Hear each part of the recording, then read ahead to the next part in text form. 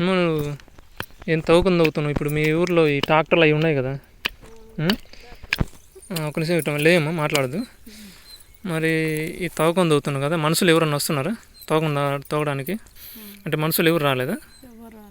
అంటే ఎందుకని రావట్లే? ఎవరి చేలలో తవ్వుకుంటారు. మరి ఒకవేళ పిలిచినా రావట్లేదా? అంటే డబ్బులు లేవని ఎట్లా? అంటే ఇప్పుడు ఎన్నో సంవత్సరాల నుంచి వ్యవసాయం చేస్తున్నావు కదా, ఇట్లా కలుపు పడుతూనే ఉంది కదా. ఇప్పుడు మధ్యలో సేద్యం దేంతో చేసిండ్రు? ఇప్పుడు ఎద్దులతోనా? ఈ ఎగదోళము ఇట్లా గొర్రు కానీ అట్లా దేంతో చేసింది? ట్రాక్టర్ తోటే. ఇప్పుడు ఈ మధ్యలో ఇప్పుడు సాలలో కలుపు పోవడానికి ఇంకా ఏమన్నా యంత్రాలు కానీ అవి ఏం లేవా? ఇప్పుడు ఏం లేవా? ఇంక మనుషులతో తవ్వుకోవాల్సిందే. మరి పెట్టుబడి చాలా అయింది కదా, డబ్బులు ఏమన్నా మిగులుతాయి? మిగలవా? మరి ఇంకా వదిలేయచ్చు కదా, వేరే పని చేసుకోవచ్చు కదా పొలాన్ని. మందులు ఎన్ని కొట్టి ఇన్ని కష్టపడి రూపాయి మిగలని దానికి వేరే పని చేసుకుంటే డబ్బులు వచ్చాయి కదా. మరి ఎందుకు?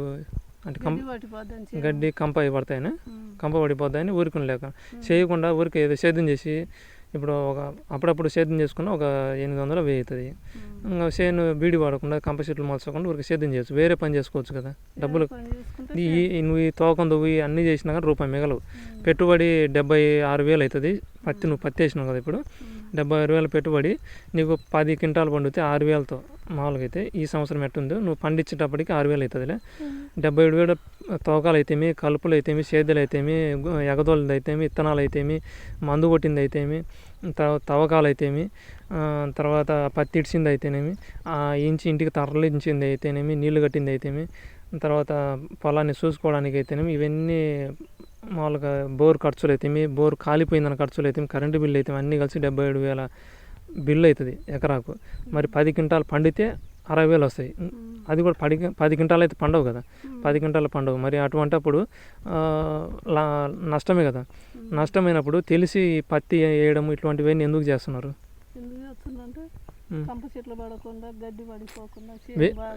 అందుకే కదా సంవత్సరంలో 2-3 సేద్యాలు చేస్తే కంప చెట్లు పడవు.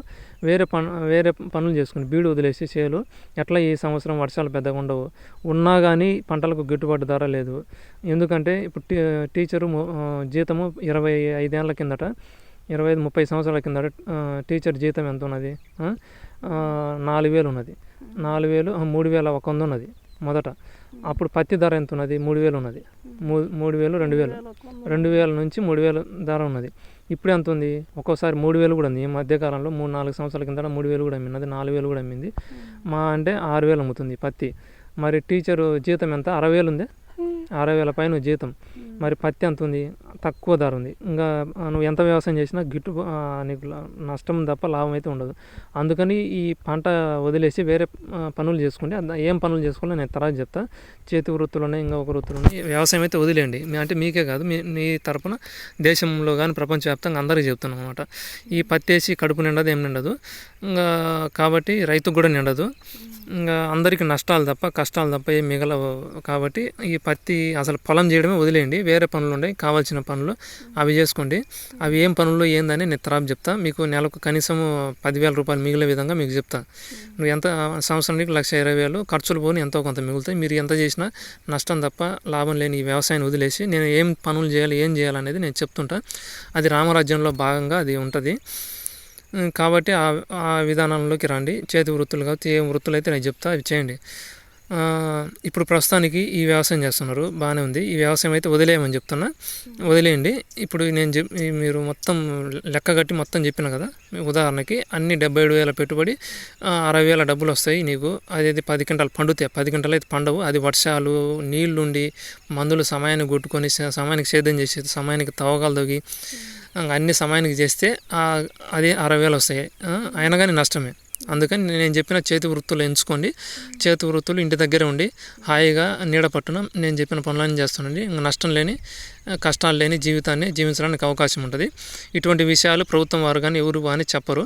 వాళ్ళు రాక్షసులు కాబట్టి చెప్పరు. కాబట్టి నేను చెప్పిన మాటలు విని నా మార్గంలోకి రండి. ఇంకా ఇదే కాకుండా ఇప్పుడు మేము ఓటు ఎవరికి వేసినావు? ఓటు ఇప్పుడు ఏ పార్టీకి వేసినావు? టీడీపీకి వేసినావా? మరి అంతకుముందు ఎవరికి వేసినావు? జగన్కి వేసినావు కదా, అంతకుముందు నువ్వు వేసినప్పుడు జగన్ గెలిచిండు. ఇప్పుడు నువ్వు ఎవరికి ఓటేస్తే వాళ్ళు గెలుస్తున్నారు కదా. మరి ఆ గెలిచిన వాళ్ళు నీకు ఇప్పుడు అంతకుముందు మీ ఆయనకు పక్షవాతం వచ్చిందిగా, ఆయనకు బీపీ ఉంది, షుగర్ ఉంది, ఆయాసం ఉంది కదా. మరి ఇన్ని ఉంటే ప్రభుత్వం వాళ్ళు వచ్చి ఎవరైనా వచ్చి పట్టించుకున్నారా? ఇప్పుడు పక్షవాతం వచ్చినప్పుడు ఆసుపత్రికి ఎవరు తీసుకుపోయినారు? కొడుకులు వచ్చి తీసుకుపోయినారు. ఇంకెవరే కానీ ఆ పక్షవాతం వచ్చిన పలకరించిన వాళ్ళు కూడా లేరు, ఇంటి దగ్గరకు వచ్చి ఎవరు అలాగా. ఇప్పుడు పార్టీ వాళ్ళకి ఎవరికైతే ఓటేసినా వాళ్ళు వచ్చి ఏం పట్టించుకోలేదు, అసలు అడిగిన వాళ్ళ దిక్కు కూడా లేదు. వాళ్ళు పార్టీ వాళ్ళు పట్టించుకోలేదు, ప్రభుత్వం పట్టించుకోలేదు, ప్రభుత్వ యంత్రాంగం పట్టించుకోలేదు. మరి ఈ మధ్య ఏమైంది, మామూలుగా చనిపోయినట్ట కదా, ఏమై చనిపోయింది, ఎట్లా చనిపోయింది? ఇప్పుడు పొలము ఇంకా ఇద్దరే కదా, ఎవరు వచ్చి ఇప్పుడు ఇంజన్ ఏమన్నా కానీ వచ్చే వాళ్ళు కూడా లేరు కదా మోటార్. ఇప్పుడు అంతలా ఎండలో ఎందుకు పంపించినట్టు, ఇది లేక పంపించినావు, ఎవరు లేకంగా. ఇంకా ఇప్పుడు పొలం పండించుకోకపోతే బతకలేని పరిస్థితి. ఇప్పుడు ఇన్ని రోగాలుండి పంపించే అంతలా ఎండలో 48 డిగ్రీల అంతలా వేడి, అటువంటి వేడిలో నువ్వు పొలానికి నీళ్ళు ఏమని పంపిస్తే ఆయన 3 గంటల తిరిగి కళ్ళు తిరిగి చనిపోయిండో మరి ఎడ చనిపోయిండో తెలియదు కదా నీకు. తిరిగి కాకపోతే కడత పొడుచుకొని వాకిలి జారి అయితే పన్నాడు, కడత పొడుచుకొని చనిపోయిండు కదా, ఎట్టయినా చనిపోయిండు చివరికి. కానీ ఆ చనిపోయినప్పుడు ఎవరు వచ్చి పట్టించుకున్నారా? ఎవరు చనిపోయిన తర్వాత కూడా ఎవరు రాలే, పలకరించిన వాళ్ళు కూడా రాలే, మరి పార్టీ వాళ్ళు కూడా రాలే, చనిపోయినప్పుడు కూడా ఏ ప్రభుత్వం వాళ్ళు కూడా రాలే, అన్ని రోగాలు ఉన్నప్పుడు కూడా రాలే, ఎవరు రాలే. మరి నువ్వు పని కట్టుకొని వాళ్ళకు ఓటేస్తే ఏమైనా ఉపయోగం ఉంది? వాళ్ళకు ఉపయోగం లేని ఆ ప్రభుత్వానికి ఉపయోగం లేని ఆ పార్టీలకు ఉపయోగం లేని ఆ సమాజానికి ఉపయోగం లేని బంధువులకు చుట్టాలు కావచ్చు, ఇంకా అంతే కదా, ఆపదలు ఉన్నా కానీ ఆదుకొని ఎవరు కూడా ఆదుకోవట్లే. అటువంటి సమాజంలో అందరూ బతుకుతున్నారు. కానీ డబ్బు, అంతకుముందు బంధువులు అందరూ ఉన్నారు, ఇప్పుడు డబ్బు అయితే ఇప్పుడు డబ్బు చుట్టూ సమాజం తిరుగుతుంది, అందరు తిరుగుతున్నారు. డబ్బు లేకపోతే ఒక అడుగు కూడా వేయలేని పరిస్థితి, డబ్బు కోసం పరిగెడితే చనిపోయే పరిస్థితి అందరూ. ఇప్పుడు అన్ని రోగాలు, ఇప్పుడు డబ్బు కోసం పరిగెట్టకపోయినా ఇప్పుడు డబ్బు కోసం పరిగెట్టే కదా. ఇప్పుడు ఆయన చేనికి పోయి ఆ ఎండకు వేడికి తాళలేక కళ్ళు తిరిగి చనిపోయిండు, మరి ఎట్లా చనిపోయిండు. అన్ని రోగాలు ఉన్నాయి, పక్షవాతం ఉంది, ఆయాసం ఉంది, తర్వాత షుగర్ ఉంది, బీపీలు ఉన్నాయి, అన్ని రోగాలు ఉన్నాయి. అన్ని రోగాలు ఉండి కూడా పొలం పోయి నీళ్ళు ఏదో అవి కూడా ఆరించి కూడా రావు, కుళాయిమైన కూడా రావట్లేదు. అటు నీళ్ళ కోసం చేని పోయి చనిపోయిండు.